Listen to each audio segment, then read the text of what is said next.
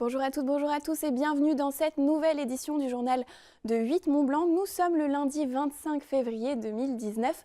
Voici les titres. Un médecin pour plus de 800 habitants à Aix-les-Bains comme partout en France, les médecins se font rares.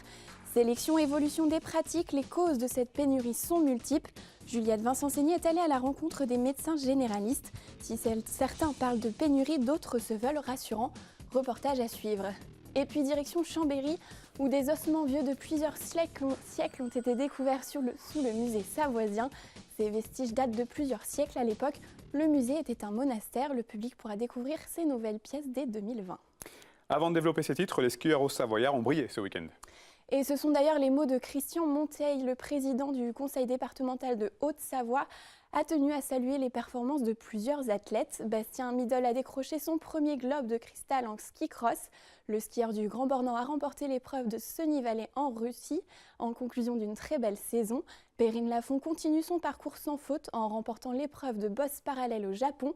La championne olympique originaire des Pyrénées se rapproche ainsi du globe de cristal. Enfin, Thomas Fanara s'est classé 3e du géant de Bansko en Bulgarie ce dimanche. Une nouvelle alerte pollution dans la vallée de l'Arve. Depuis 2 semaines, un fort anticyclone est installé sur la France. Les inversions thermiques et l'absence de vent favorisent la pollution aux particules fines. Malgré une baisse significative des concentrations en fin de semaine dernière, Atmo place la vallée de l'Arve en alerte jaune dès ce lundi. Les personnes sensibles et vulnérables sont invitées à limiter les activités physiques intenses et à s'éloigner des zones à forte circulation. Aix-les-Bains n'échappe pas au manque de médecins généralistes.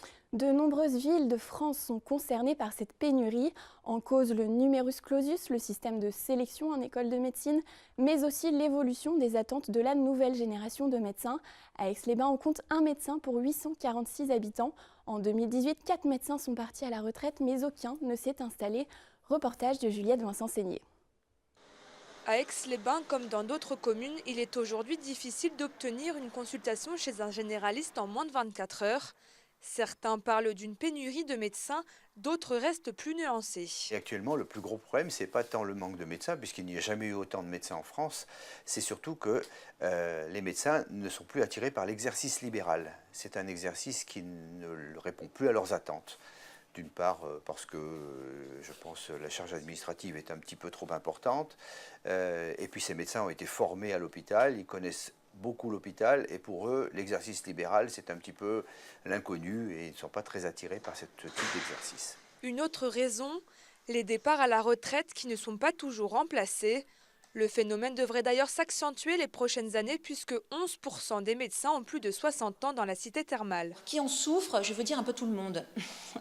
Les personnes effectivement qui arrivent sur la région, qui cherchent un nouveau médecin qui n'en trouvent pas. Nos secrétaires, comme je le disais tout à l'heure, qui sont en première ligne et qui se prennent de face le mécontentement des gens. Nous qui avons une pression aussi importante et on ne peut pas non plus travailler 12 heures par jour, on est comme tout le monde. Le soir, on a besoin de se détendre, de vider un peu notre sac. Donc je pense que tout le monde en pâtit finalement. Face à cette situation préoccupante, le monde médical d'Aix-les-Bains s'est mobilisé ces dernières semaines. Une pétition a été lancée par 2 pharmaciennes et un cabinet de kinésithérapeutes. Alors cette pétition, ce n'était pas contestataire, c'était une pétition pour avoir l'appui de la population aixoise pour montrer au maire qu'effectivement, il y a beaucoup de gens qui avaient du mal à trouver des médecins. La pétition a été remise au maire Renaud Beretti. Pour attirer de nouveaux médecins, la ville a plusieurs projets, dont la création d'une maison médicale avec des loyers attractifs. Affaire à suivre. Si l'une des principales revendications des Gilets jaunes est la mise en place du RIC, le référendum d'initiative citoyenne, nos voisins suisses utilisent depuis près de 150 ans cette possibilité qu'a tout citoyen de participer régulièrement à la vie politique du pays.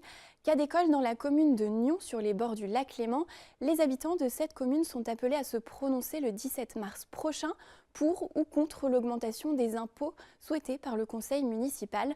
Jean-Paul Crespi a rencontré le premier magistrat de la commune. Reportage. Les habitants de la commune de Nyon se prononceront par voie référendaire sur l'augmentation de l'impôt prévue pour 2019 le 17 mars prochain.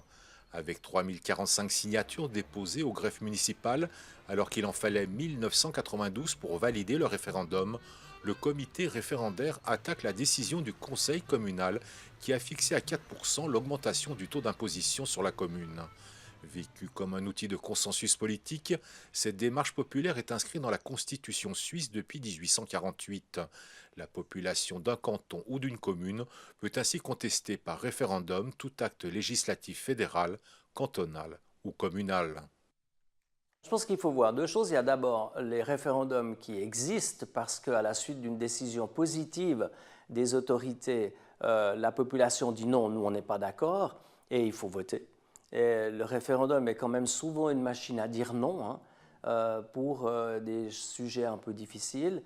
Mais il y a aussi tous les cas où on va tenir compte de l'opinion publique en amont. Ça veut dire qu'on va peut-être modifier un petit peu le projet de manière à éviter le référendum. Ça veut dire que le référendum a aussi, ou la crainte du référendum, invite les autorités à prendre bien davantage en compte l'opinion des citoyens. Autre instrument de démocratie directe, qu'elle soit fédérale, cantonale ou communale, est l'initiative populaire. Elle permet à des citoyens de proposer qu'un texte soit soumis par votation à la population. Au niveau fédéral, et pour être validée, elle doit recueillir 100 000 signatures en 18 mois. En 2018, sur 215 votations de ce type, 22 ont obtenu l'approbation du peuple, soit un peu plus de 10% de réussite. Je pense que c'est très sain. Et le droit d'initiative qui est peu utilisé au niveau communal, mais qui est quand même fréquemment utilisé au niveau cantonal ou fédéral, est une opportunité pour les citoyens d'exprimer une demande ou une attente ou de favoriser un débat. Et je pense que c'est une manière de prendre en compte l'avis des gens qui est tout à fait constructive.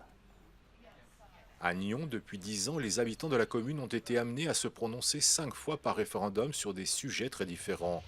Le dernier référendum en date portant sur une augmentation de l'impôt communal avait été organisé en 2006. 200 biathlètes ont participé ce week-end à la 5e édition de l'Alpinum Impulse Tour, unique course de biathlon 100% amateur en Europe. 4 formats de course étaient proposés aux participants rassemblés au Contamine Montjoie. Depuis 5 ans, la station de Haute-Savoie accueille ces sportifs venus de tous les horizons. Les spectateurs ont pu participer à des initiations au biathlon, encourager les 24 équipes qui participaient à la nouvelle épreuve, le relais mixte 800, ou encore applaudir les biathlètes sous les étoiles lors de la Mastart nocturne. On termine avec les fouilles sur le chantier du musée savoisien. Le musée géré par le département de la Savoie depuis 2012 va être entièrement rénové à Chambéry. Un chantier de 20 millions d'euros sur un site historique. Couvent, évêché puis musée, son histoire est étudiée de près. Les fouilles ont débuté en décembre dernier en prévention de ces travaux de rénovation. Les premiers résultats ont été révélés vendredi. Reportage de Sébastien Germain et Fanette de Buisson. C'est l'un des bâtiments les plus anciens de Chambéry, l'un des plus méconnus aussi. Au XIIIe siècle, sur le site de l'actuel musée s'installe un couvent franciscain. On en sait peu sur son histoire, ses archives ayant brûlé dans l'incendie du château des Ducs de Savoie en 1798. Depuis quelques mois, profitant du chantier de rénovation, une équipe d'archéologues a levé, en partie, le voile sur ce passé mystérieux. On a découvert en fait les différents états du bâtiment, donc à la fois le couvent du XIIIe siècle qui était très mal conservé, très mal connu puisqu'on n'a plus d'archives. On a eu la chance d'en trouver des vestiges, y compris là où on ne les attendait pas, c'est-à-dire plus profond ou à l'extérieur des bâtiments. Et puis après, on a l'ensemble en fait, de la séquence stratigraphique, donc à la fois le couvent du XIIIe siècle, celui du XVe, celui du XVIIe siècle, le palais archiépiscopal qui réoccupe les lieux au XVIIIe. On a trouvé dans la salle capitulaire des sépultures assez nombreuses, des caveaux au nombre de 3. Quelques objets petits, hein, c'est un sifflet, des chapelets, des petites épingles pour les linceuils, des restes de bois, des choses comme ça, mais c'est surtout des squelettes. Et puis dans une autre salle, là où il y aura l'implantation d'un ascenseur dans l'aile est, donc la cuisine de l'archevêque, donc du palais épiscopal, 18e siècle. Et dans l'autre courette, là où il y aura l'autre ascenseur de l'aile ouest, eh bien, des niveaux de sol et puis aussi l'enchâssement des bâtiments. Ces fouilles préventives sont obligatoires, mais elles seront aussi un atout pour le musée lors de sa réouverture. Les fouilles vont nous renseigner, après tout un travail également plus fin sur ce qui aura été exhumé. Ça va nous permettre de mieux nous faire connaître déjà l'histoire des moines ici, des moines franciscains, l'évolution du cloître, qui était en fait, on le sait depuis aujourd'hui, beaucoup plus grand que l'endroit où nous sommes actuellement. Ça nous renseignera aussi sur l'histoire de Chambéry en tant que ville. Ça nous donne aussi des informations importantes sur notre histoire du Moyen-Âge à nos jours, sur l'histoire de la Savoie, de la France, mais aussi de l'Europe. C'est tout cet ensemble de données qui vont vraiment être importantes. Mais l'autre élément aussi, c'est un signal, le signal qu'après ces fouilles, eh bien, les travaux de rénovation et de création de ce futur musée vont vraiment commencer. Une fois ces fouilles terminées, dans quelques jours, les gros travaux de rénovation débuteront pour 18 mois. Les 4000 mètres carrés du musée vont être remis aux normes et modernisés sous la houlette du département. En parallèle, l'informatisation des 100 000 objets de collection se poursuit. L'ouverture de ce musée d'histoire et des cultures de Savoie est prévue courant 2020. C'est la fin de cette édition. Merci pour votre fidélité à 8 Mont-Blanc. Merci à toute l'équipe. Seb, je te laisse conclure l'émission. Quant à moi, je vous retrouve demain pour le journal. Passez une très belle soirée et à demain.